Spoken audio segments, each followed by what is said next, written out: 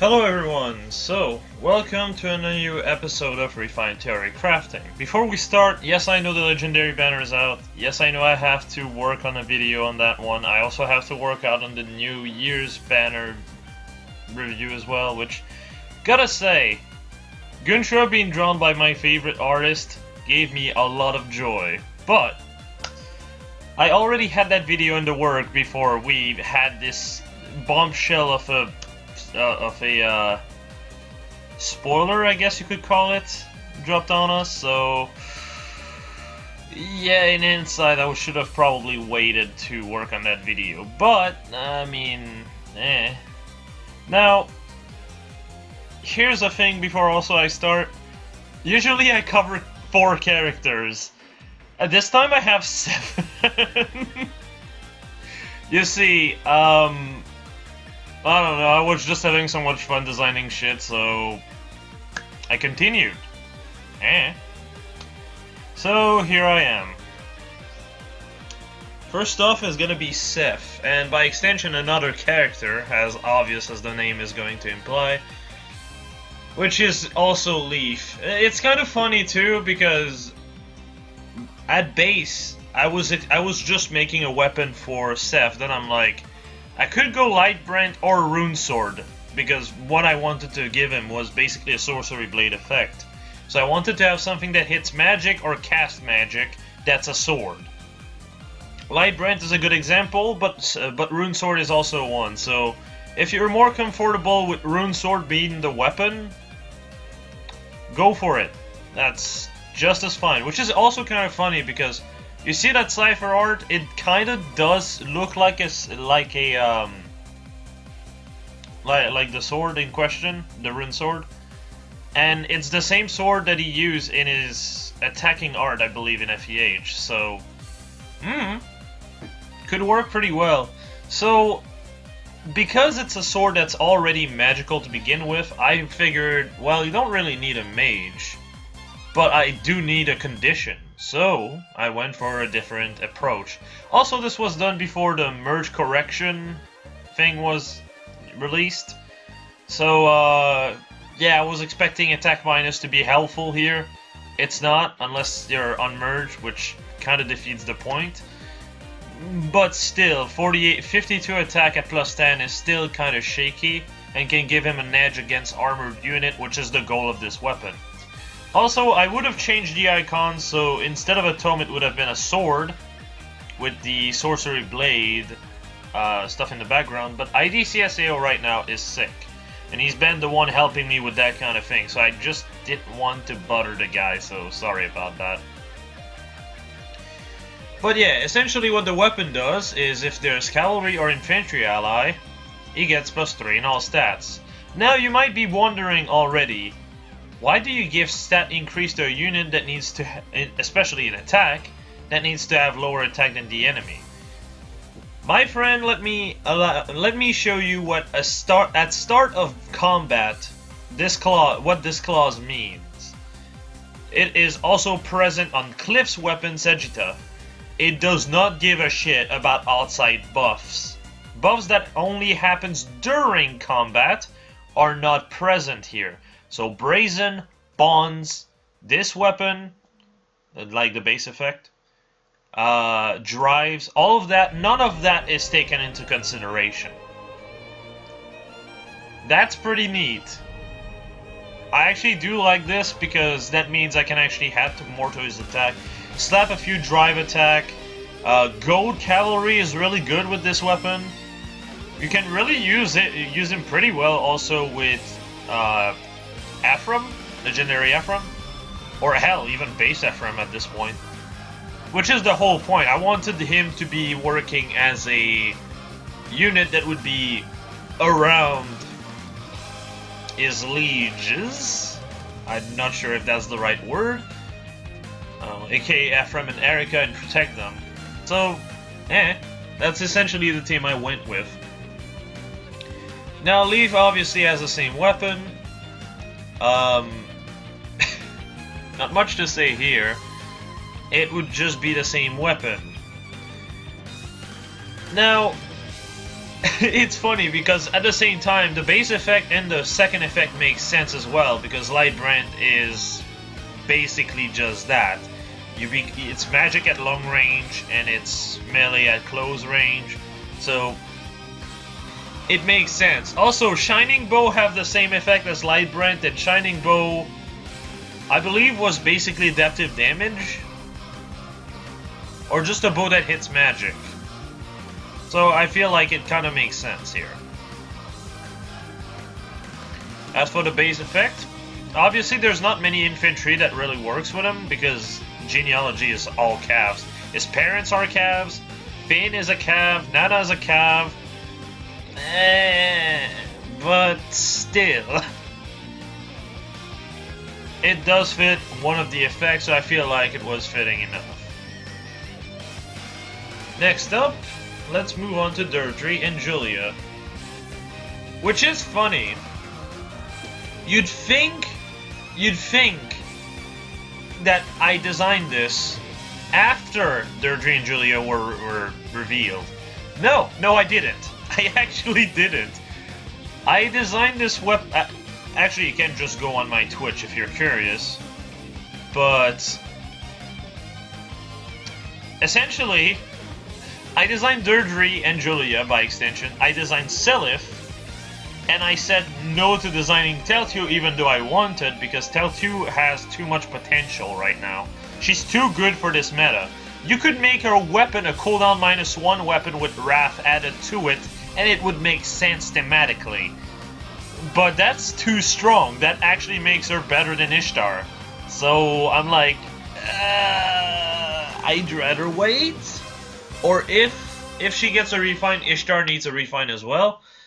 Which makes me really disappointed that they decided to do Tel'Tew this early on, because even now she's still pretty solid as a unit. Which means, yikes, she's most likely gonna get a bad breath, is what it comes down to. And I'm not too happy about this. Now, you might be wondering, why Wrath for Tel'Tew?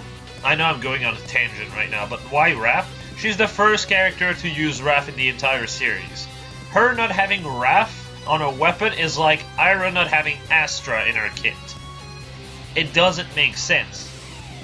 It's literally her defining trait. She has Astra and she teaches it to everyone else. Same thing for Tel'Tew. As a matter of fact, another character that has Wrath is basically her daughter, so you know, it kind of makes sense. So yeah, it just feels like it would just be a bit too strong is the problem. Alright, so Divine Naga. Now you might be like, what the fuck is this? Why does it have like 50 fucking effects? Alright, it looks like much, but it's not. Essentially what it does is it's effective against dragon and neutralizes buffs. Okay? That's basically the base effect.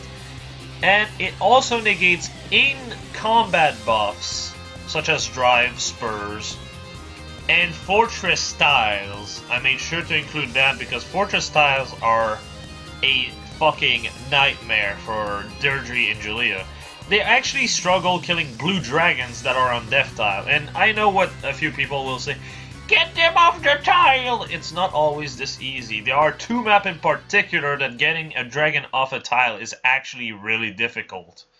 And you hardly can do anything. So it's really shaky, really, is what I mean. And on top of that, I added the other thing, which is, you know, the ones that give stats increase that aren't skill. Well, it excludes skills such as Brazen and Bond from the debuff, aka those still works, obviously. This is to make sure that they are more consistent at killing blue dragon, but also green dragons. I mean, that just feels fair.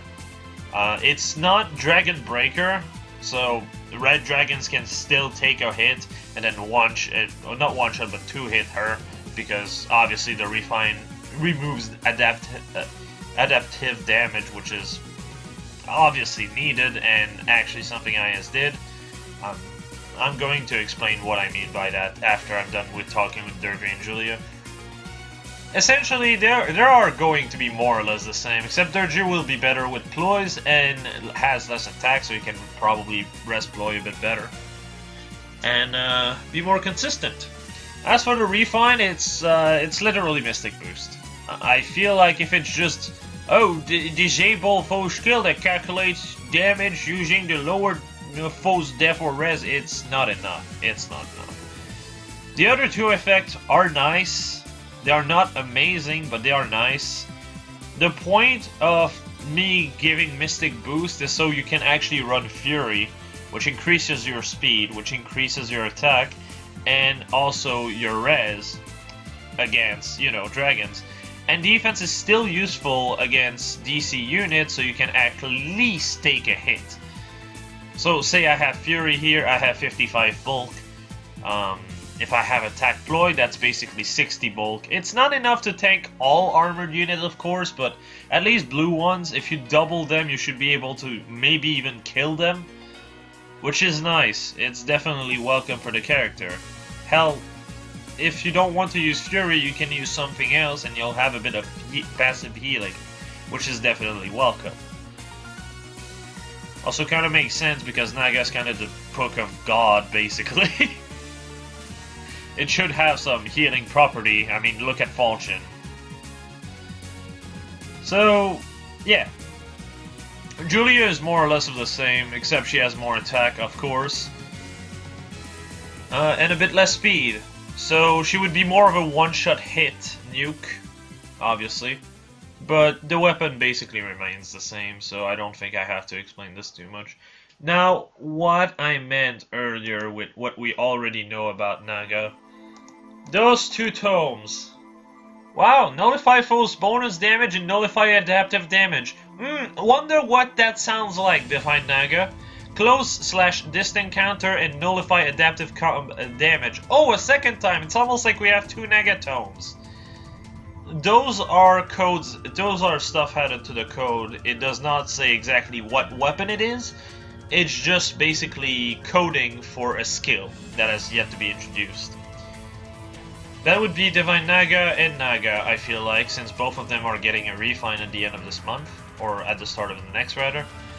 Which, alright, my problem with this is that if that's all the fucking thing is, first off, Deirdre is left in the dust. Because she doesn't get a close counter built in the weapon, which means she loses bonds, fury, etc. that her daughter can run. And just overall, it's kind of mediocre. It doesn't really do enough to help, if I'm being completely honest. Look. If there's a second effect added to this, which is very possible because we had those effects also in the data for the White Wing effect, but it did not have the cooldown -1, Ruby Sword, and Armor Smasher capability of the Three Sisters. This could be the base effect. I feel like that's going to be the base effect, and then it's going to get a refine. What the refine is, I don't know, but it better have a refine, because if that's all this fucking thing is, it is garbage. Like, genuinely garbage. It does not do enough for the characters. It's like, how can I say this? It's like putting a band-aid on a fucking wound that goes from the start of your stomach to the end. It doesn't work. It's not gonna heal. It's just not gonna be useful, which is a problem I have, really. But I suppose we'll wait until it happens. I'm honestly disappointed if it is, though. So, let's move on to our boy, Seliph. Yeah, boy. So, I forgot to also add his weapon. Oops. But essentially what his weapon does is it gives him 10 skill, 10 speed, 20 res. So what I did was to give a brazen that gives stats into 3 stats. That being speed, def, res. Now, before someone screams at me in the comment, which is very possible for this, and tell me, oh, he doesn't need speed, oh, he doesn't need raise. You see, here's the thing, okay? Once Brazen are active, you can combo this into other Brazen, which is the point of his second effect. Since he does have the stats to actually live with that much HP, obviously, tanking a hit should be a little easy, but if you're feeling, you know, unsure, you can still go for the Refine. I base the Refine on Miracle, which is essentially what he has on his weapon also. Yes, basically, that's one of the things that makes FE4 and FE5 such a joy to work with, not just because I like the game, but because they are so easy to work with. Oh my god, are they easy to work with. Look, what I mean by this is, every weapon has like stat increase in 3 things, or 2 things, but a lot of stats, or in Naga's case, 4 stats by 20. So it gives you somewhat of an idea of what the weapon should do.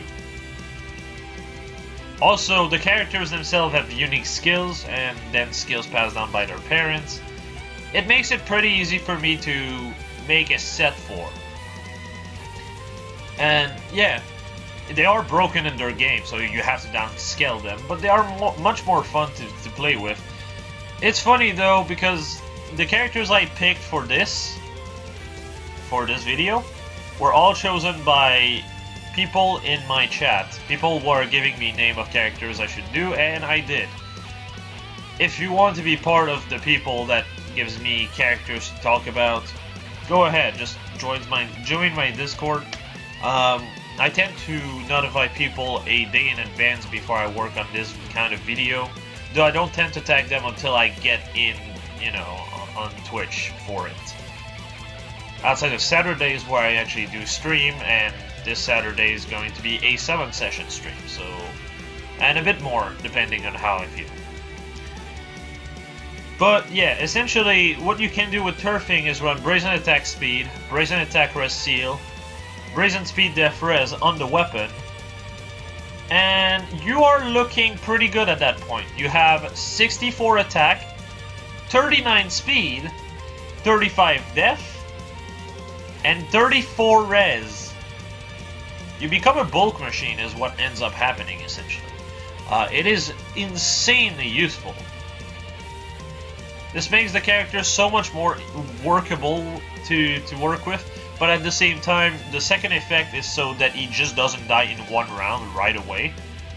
Because even after that, he's pretty simple to get killed, but this gives him a, you know, somewhat of an edge. Kind of like Alphonse, if you had a refine that actually helped him living, instead of OTA, which doesn't really help him in any way, shape, or form. But yeah, this is a pretty simple refine, but it makes him so much more usable.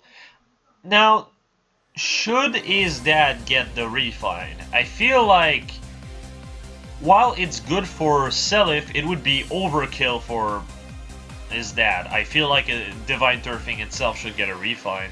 I don't know if I'm going to cover this myself. I suppose we'll have to see also how they handle base Naga, if, you know, if Deirdre will be able to get base Naga as well. Because as it looks, base Naga is going to be better than the actual Divine Naga, which means Deirdre by default is going to be worse than her daughter. Why? Why? It's so dumb. But yeah, if Deirdre gets that type of weapon, that also means that this refine would be on Sigurd, and Sigurd is way too strong for this refine. Like, this would just complement his stupid amounts of stats even more. But anyway, let's move on to Jamke, the boy, the legend. Also, I changed the color as background. Do tell me if it's a bit better now. My Discord has been telling me it's much better. It's less of a focus. I'm also sorry of the clusterfuck that is the amount of things on the screen right now. Jamke has one hell of a kit when he joins you in Chapter 1, mind you. Chapter 1 stat with 11 strength, 14 skill, 14 speed, 9 defense. Chapter 1. Yeah, those stats are insane. The only thing that makes Jamke less good than the rest is the fact that he's on foot and not on a horse. Also the fact that no sane enemy can live him. Because he's just going to break them anyway. So his whole entire kit is overkill. Really. Now, you might also be screaming at the top of your chair telling me, why are you running something so broken on his weapon? Illiger got that as the fucking base effect that is of her dagger, and she just got released. What is this favoritism, Jay? Well, see, here's the thing. Illiger has 41 speed, so she procs it at all time, basically. Because the weapon gives an extra 3 speed. The difference here is that I get a -5 speed penalty, so it's far less consistent. And as I mentioned in the very first character analysis, weapon refined at the start of combat. So I cannot use drives, I cannot use support, I cannot use any of that to boost his speed so it's more consistent. Don't mind me, I actually even verified on Illiger to make sure that this was right. It does not give a shit that I have 3 drives. Illiger had 41 speed. Omnicidal, which I don't remember her name, Trazir, had 41 speed as well. I had 3 drive speed active. Was not doubling. So, yeah. Also, I do want to mention, Jamke is a death machine. He doesn't have 1, he doesn't have 2, he has 3 skills that allows him to go for another hit. Okay? 3. Pursuit lets him double with only 1 more speed than the enemy. Adept is just a straight up chance of going again. And Charge lets you go up to 2 to 20 rounds of combat in a row. Oh, yeah, it's kind of nasty. There's actually a boss that has Charge in FE4, and you just don't want to let him initiate on you because there's a very strong chance that he's just going to keep swinging until you die. Because yes, he moves, but you know. So what I decided is just ignore Adept and Charge and just put Pursuit. So if he has 1 more speed than the enemy, he quads essentially. Also, before someone goes like, oh, you like Brave Bow, so you should get Brave Bow, I get it. That's just favoritism. No. As you can see with the second set, well, just before the skills themselves description. In Genealogy of the Holy War, the only way to get a Brave Bow was through Jamke. Jamke had to speak with Edain, or Midail, I guess. But I don't even remember Midail. At the end of the day, though, it's just one of the... Jamke was basically the person people were using to talk with Edain. Because I believe you have to have a certain love threshold. And Jamke starts with a higher love threshold than Midail or whoever that is. So, you know. And this gives you Brave Bow. And he comes with Killer Bow. So at first I was like, slaying Brave Bow, no, that's kind of too strong. So that's why I decided to settle down with just Pursuit. This forces you to run Life and Death, which means your res is at 12. Kinda yuck, isn't it? 50 res tank, 50 res bulk means that dragons can one-shot you pretty consistently, and that's kind of iffy, really. So, if you can get to the second part of the quad and die beforehand, the quad becomes useless, which is the point of this. It makes it actually pretty fair. Yes, desperation is a thing, but if you can't get into desperation and you just die first, that's a problem. If you need to waste turn on Ardent Sacrifice, it is not worth it. Which means you should be running Fury instead, and that just makes it less consistent, period. So, yeah. Just a pretty solid bow to just be more or less of a testament of how insane he is. Also, you could base the bow on his Cypher, or also, you know, his base Fire Emblem art. This is the same bow he has in Fire Emblem, except it's a bit less yellow. And I feel like it just kind of fits the character in general. Honestly, the bow he has in his animations, I don't think there's any characters that has that bow outside of Jamke, and Jamke has that bow in most of his ciphers. So it feels like that could just be his bow, straight up. I've been starting to avoid the Luke sword or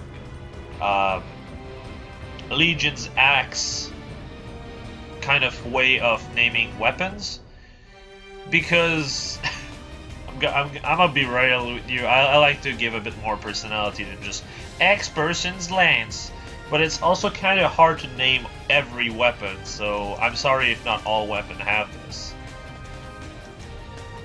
Anyway, let's move on to Arvis. Arvis is really not that difficult to do. Like I said, if you have been around for the past, I don't know, 6 or 7 months of my channel, you know that I've been pointing this out a few times, but all that fucking Volflame needs is a Blizzard effect. That makes him so much better. Seriously. So essentially, if you run Speed Ploy as the C skill and Death Ploy as the C skill, you end up debuffing for 18 total stats, so that's 18 more attack. Yeah, 66 attack, 31 speed. The fact that you can now merge him and he's neutral means he also gets an extra attack and speed, which is definitely nice for him. So at plus 10 he ends up hitting 36 speed. It's a bit shaky, but it's easy to work with Fury and such. So yeah, this would actually make him somewhat of... It would give him essentially another option outside of, well, let me ditch my tome for fucking Blade Tome and be a fucking Red Tome that doesn't have anything going for him. Haha! Am I cool yet, kids? Fellow kids? Yeah, no. But this also kind of makes sense. The way I see it is he just scorches the enemy, and after that, well, it's easier to burn someone. Also gets rid of, you know, armor and such. But, yeah.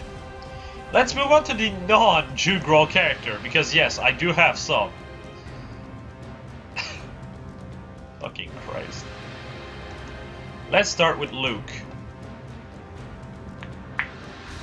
Yeah, Luke's sword. It's actually a weapon in FE3. I was actually surprised because when I looked at Luke's stats line in FE12,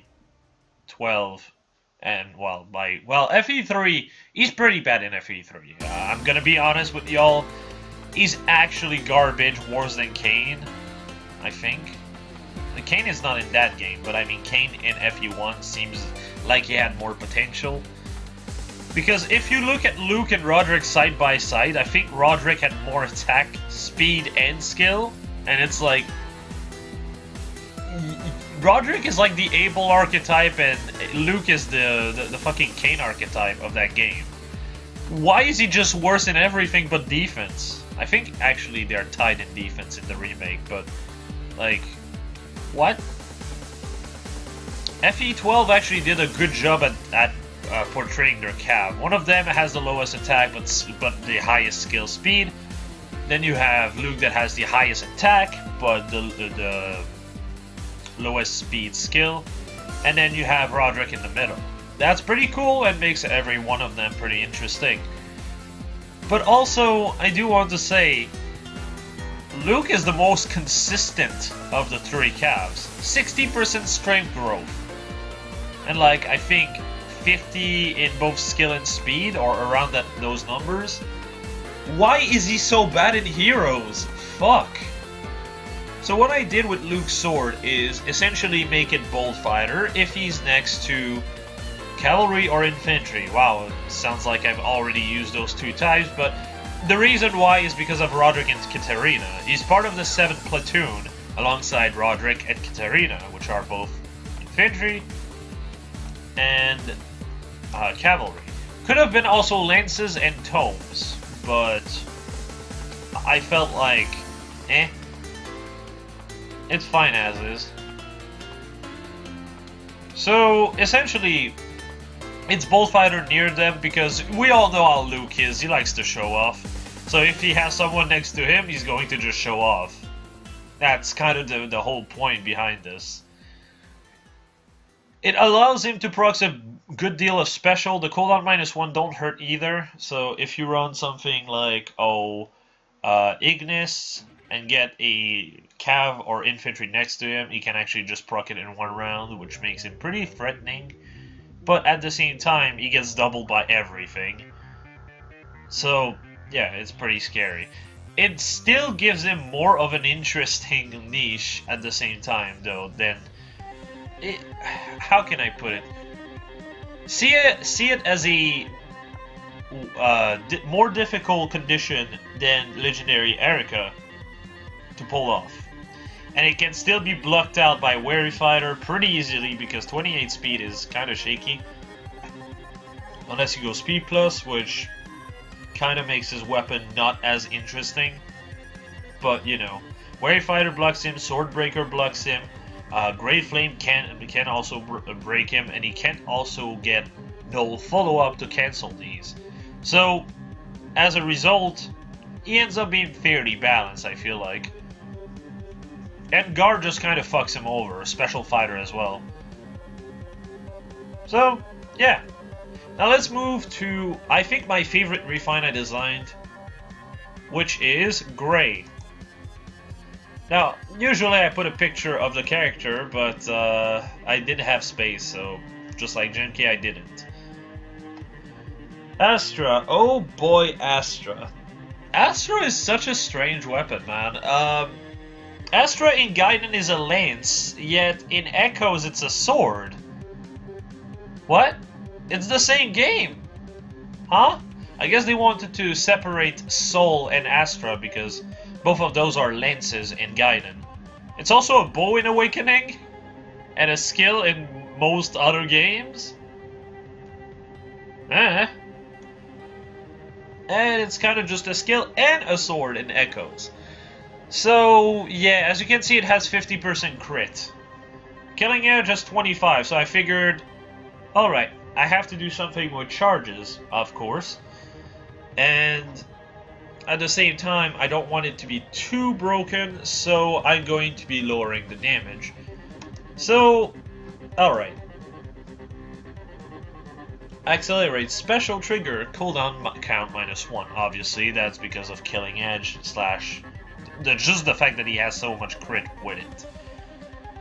If unit special is a multi-strike special, now to reiterate, this is Astra Glimmer, Ragnar Astra Night Sky, those kinds of special that your characters are going to attack more than once instead of doing one big slice like Draconic Aura, Bonfire, etc. Those kinds of skills, yeah, you have obviously less charge. Gale Force is not included. I know Night Sky evolves into Gale Force, but that doesn't work because I guess I should have just said during combat at the very end. But this is, you know, a bit of an experimental. There we go. That's the fucking word. Pardon my French, but yeah. Essentially, what this makes is Glimmer becomes a 0 cooldown, Astra becomes 1 cooldown. You can combo this into Wrath to proc Astra twice in a fight. Now, this is similar to Ira, but it's not quite the same. Obviously, if you get walled, Astra is not going to do anything for you. Whereas you have, well, you have my Ira that just does 3x2 to a Brave Actor on a Death tile, and still kills him anyway. Like, of course, Ira is meant to be better than Gray at the end of the day. She does have Choose Your Legend status and everything, so she should be better. But it does give them a interesting approach of a weapon, at the very least. Now, I'm going to also clarify what I mean by reduce the increased damage by 40%. I don't mean 50% because it becomes 10%, okay? I mean 40% of the 50% of Glimmer is gone. So, Glimmer becomes 30%, so is Night Sky by result. Astra also loses 60% of damage as a result, going from 150 to 90%. So, essentially, if you have 20 damage, it becomes 38 instead of 50. I had to lower the damage because otherwise that weapon would have been too good against even Reds. Now, against Red, it's still a good upgrade. It does a good deal of damage because Gray has a lot of attack. 35 is pretty high, actually, all things considered, even in today's standards. But, yeah. This essentially carves him a niche, and it's not too broken. It's kind of funny, though, because when I was designing it on Twitch, someone was like, "No, Jay, bad, stop!" Because I just had written, like, special cooldown count -2 without the restriction yet.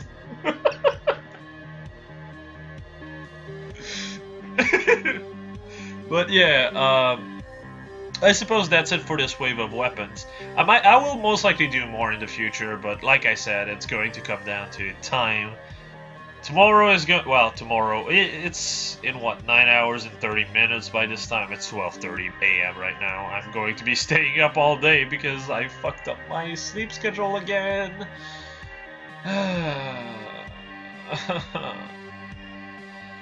But yeah, I'll most likely do more. It's just, well, it's early. Also, I guess I should point this out. I'm going to be doing a summon session on Twitch. It's going to be roughly 1,250 orbs. I'm going to be trying to plus 10 Hector. And yes, I know Guntra exists. Don't have to remind me. I'm going to be trying to plus 10ing her later down the line, though. Not on the banner she's going to be released on. I'm really happy by her release, though. By the way, before someone asks, I'm going to need to do a video for, obviously, the New Year banner. I'm also going to need to do one for the Legendary banner, so that means... Oh, fuck, I also have Show Me Your build on the 31st.